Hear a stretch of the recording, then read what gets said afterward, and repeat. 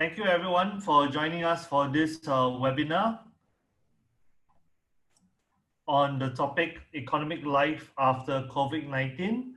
We're very pleased to actually welcome our very own ESSEC faculty, Srividya, who's actually the Associate Professor of Management here at ESSEC Business School, to actually present this topic to us. So without further ado, I'll pass the mic over to Srividya. Okay, thank you, Ian. Thank you all for joining us today in this webinar. My name is Srividya Jandhyala. I'm an associate professor at ESSEC. And I see straight away that there is a raised hand or a question. So why don't we take that?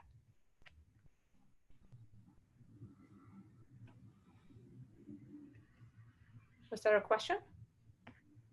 No, okay. So let's begin our webinar today. The scale of the problem of COVID-19, along with its global magnitude and huge human costs, have put the world in a precarious situation. What we're going to try to do today is try to look ahead, is try to look beyond where we are and think about what might be the economic life after COVID-19, and also try to make some implications for what it might mean for your companies and how you might use today's webinar in terms of thinking about how it affects the work that you do and the companies that you work in. Okay, so I am joining this meeting from home, as are probably many of you. So that means two things. One, you might at some point see my kids in the background, and if you do, say hi to them. And second, that we are not alone. And so we're hardly the only people who are trying to do things from home. More than half of humanity has been facing some kind of restrictions. And so this graph over here is just showing you the countries that have darker shades of red have even more stringent measures of lockdown or restrictions on people moving around. And we see that more than half of humanity has been restricted in some form or the other. So what does this mean? Everyone is asking at the top of everybody's minds are, when does this end? What is life going to look like once we come out the other side? What kind of changes should we be prepared for? What I'm going to try to do today is lay out three scenarios. And the three scenarios look quite different from each other. And I'll try to talk through what it would mean, both in terms of economic, the environment generally, but also how individual companies, your companies, might be able to take those larger trends and think about how it might impact your company. So let me start with the first scenario of what life might look like on the other side of COVID-19. So the first scenario is what I like to think of or like to call the snowstorm scenario. So this is the scenario where we would act pretty much as we do in a snowstorm. We would hunker down, we would wait for the storm to pass, quite fairly confident that when we come back on the other side, there will be some fixes that we need to make. We need to clear the snow, we need to clear the roads, perhaps fix some downed lines, but we are fairly confident that the world looks pretty similar to what it was before we hunkered down for the snowstorm. So we pick up where we left off. And in terms of doing business, the pre and post-crisis business models for most companies would end up looking pretty similar. And so we wouldn't anticipate huge significant changes between the pre and the post-crisis periods. Okay? So there are some reasons we might think this scenario might come about. Let's take a look at China. China is the first country that suffered this massive shutdowns. But China is getting back to business, and some economic indicators are already beginning to suggest that perhaps we are coming back to levels that are not very far from normal. So on the left, for instance, we have traffic in Beijing on the 24th of March, so just a couple of weeks earlier. Clearly, no one is going anywhere on that expressway. And on the right, we have a graph that is showing you how Chinese power plants have been burning coal since January of this year. So as we would expect, there's a pretty steep, dramatic decline starting from January to February. But more recently, we're seeing this uptick. It's coming back to, we haven't reached the levels of January yet, but there has been this uptick in power plants burning coal. In fact, they have almost doubled their coal burning since February. Power is not the only sector that shows this kind of a trend. We could look at aviation, for example. This is Chinese domestic aviation, and this has also been beginning to come back. So in this graph, the pink lines refer to Chinese characteristics, and the blue lines refer to Europe. Let's ignore Europe for the time being, and let's focus on the pink lines, which refer to China. Again, as we might expect, there was a dramatic fall off, both in international and domestic aviation with respect to China. Something like 75% decline in year-on-year passenger flights.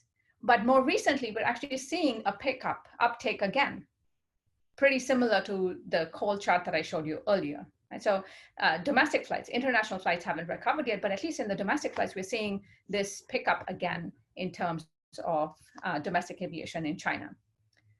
Others point to historical trends, and they tell us, the world has seen other pandemics before, and perhaps this time is not going to be very different from what it was previously.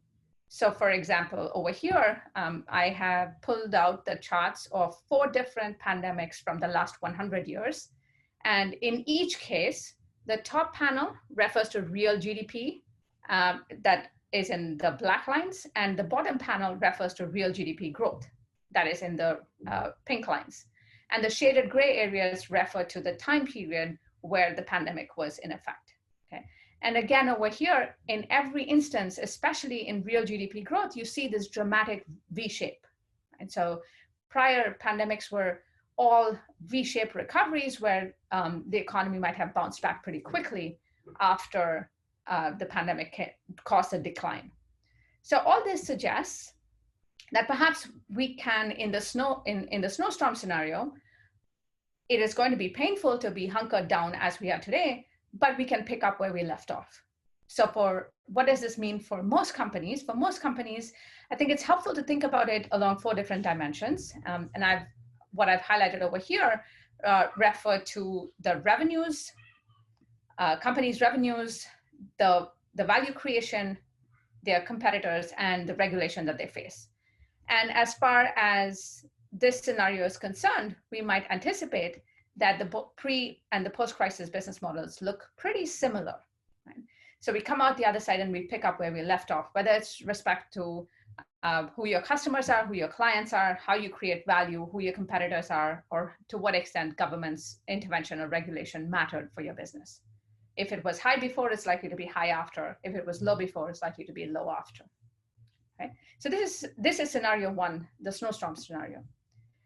But we might imagine that there are other alternative scenarios. So the second one that I will focus on is what I call the muddling through scenario. So this is where we start off before in the pre-crisis era, and we kind of muddle through this whole process. No one is quite exactly sure how this is going to play through. No one has a playbook. We're muddling through this whole process, and we face a lot of frictions. Everybody's trying to figure out how to make changes to their businesses, how to keep their operations online. And we are using different types of technologies. There's going to be some maturing of technologies. There's going to be some operational changes in how you do your business. Right? But at the same time, all of this is focused on what's happening within your company. Not much is changing with respect to what's happening in your firm's external environment. Right? A lot of muddling through is happening with respect to how you manage your operations, how you manage running your business every day internally, but there's not much change that's going on to the external environment of your companies or of your businesses. Okay, so let me talk about 2 types of technologies or operational changes that would suggest this scenario is going to be in play. One is the idea of supply chains. And so supply chains are clearly snapping. The idea of outsourcing and just-in-time inventory is proving to be quite fragile, especially when you think about medical equipment, PPE, and the kind of really life-saving operations and products that we need at the moment. So this means firms probably are going to think about outsourcing and just-in-time inventory in different ways. Perhaps they'll think about increasing their buffers, shifting and diversifying operations. Some companies are going to think about shortening their supply chains and rely more on automation or producing locally that's closer to consumers. So this might be one way in which the internal processes that the firm relies on to create value is going to change. Another stark example is going to come from maturing of technologies. Now, we have been using Zoom for today's webinar. We are obviously not the only ones using Zoom. Remote working is going to become perhaps the norm. Zoom has seen exponential growth in the past couple of weeks, and its recent capitalization was somewhere around 42 billion. To put that into perspective, that market capitalization exceeds the market capitalization of any US commercial airlines. So clearly, this is a technology that's maturing very fast, and more people are getting used to the technologies of remote working and remote access. Right? But it's not just meetings, it's not just webinars that perhaps are going to go online or facilitate through distance. This is happening to a whole range of sectors and a whole range of other activities. Okay? TV shows are being recorded from home. There's something like 1.5 billion kids who are out of school at this moment. And they are undertaking some kind of e-learning or learning from home or home-based learning, whatever you want to call it, relying on these kind of remote access and virtual technologies. Even high-end engineering work is continuing to be done from home. So Ford is continuing to develop the new model of its Mustang with its engineers working from home. So this is, we might think of as very involved activity, and this is continuing to be developed from home as well. Hollywood has turned to remote services. A lot of production work is relying on cloud services and moving a lot of it virtually. So this is happening across different sectors. The technologies are maturing. People are becoming more comfortable using it. And perhaps we realize not everybody needs to be in on all meetings. Perhaps we realize it's more efficient to actually have clear agendas that get that allow us to run meetings more efficiently and allow us to get more work done. So perhaps there's some maturing of technologies that changes the way your company does business, even in the post-crisis period. So these efficiencies that we might realize or gain through these different operational issues are likely to stick in the post-crisis period. Okay. So in this muddling through scenario, what impact is this going to have on your companies? I think it's helpful to go back to this idea of where do you get your revenues from? How do you create value? Who are your competitors? And how regulated are you? As far as the external environment is concerned, in this scenario, we don't expect dramatic changes. We don't expect changes in terms of how your how your clients or customers or how you get your contracts. But we do expect significant changes in the way your company does business. Like, who are going to be your suppliers? What type of value chain activities are you going to focus on? How is production going to be located? Where is it going to be located? How do we create value from the firm's human capital? So all of these things are going to be affected. Internal processes are going to be affected, but external environments remain pretty similar to what they were in the pre-crisis, what we call muddling through. And then there's scenario 3, which I like to think of as metamorphosis. Okay? So in this scenario, there's going to be a complete, conspicuous, and relatively abrupt change. So the pupa or the larva hardly looks anything like the butterfly. And so we're going to see a complete and abrupt change in the way businesses are run in the post-crisis period as compared to the pre-crisis period. Why would this happen? This would happen if there is a recalibration of both companies and individuals' attitudes and needs. They start evaluating, what is it that we really want? What is it that we really need? And if it's going to intensify the pre-existing trends of deglobalization combined with more regulation, we might expect that the landscape or the environment that you will compete in the post-crisis period is going to look pretty different along a lot of dimensions compared to where you are in the pre-crisis period. So the business models in the pre-crisis, in the post-crisis period are not going to resemble what's happening in the pre-crisis era. So why might this happen, or how might these changes come about? I think it's helpful, again, to look at a few indicators. We can think of, for instance, how unemployment is becoming completely strife around the world. So this is a chart that indicates unemployment claims in the US. So if you think back to the crisis, the recession in 2008, 2009, at its peak, there were roughly about 700,000 unemployment claims per week. Today, we are looking at numbers that are 3 to 6 million fresh new unemployment claims per week. That's not just a large increase, that's an order of magnitude increase.